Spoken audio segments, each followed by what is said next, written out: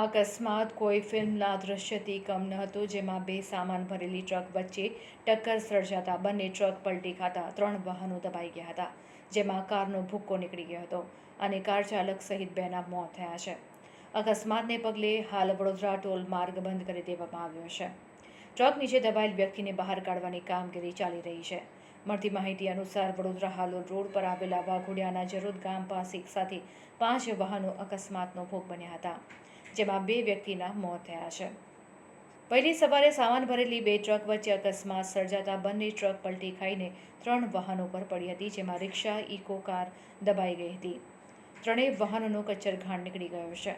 અકસ્માતને પગલે traffic jam થઈ જતા હાલ પૂરતો વડોદરા ટોલ માર્ગ બંધ કરી દેવામાં આવ્યો છે અને ડાયવર્ઝન આપવામાં આવ્યું છે. અકસ્માતની જાણ થતાં ફાયર અને પોલીસની ટીમ ઘટના સ્થળ પર પહોંચી ગઈ છે. અકસ્માતમાં દબાયેલા લોકોને બહાર કાઢવાની કામગીરી ચાલી રહી છે. હાલમાં પોલીસે 2 વ્યક્તિના મોતની પુષ્ટિ કરી છે.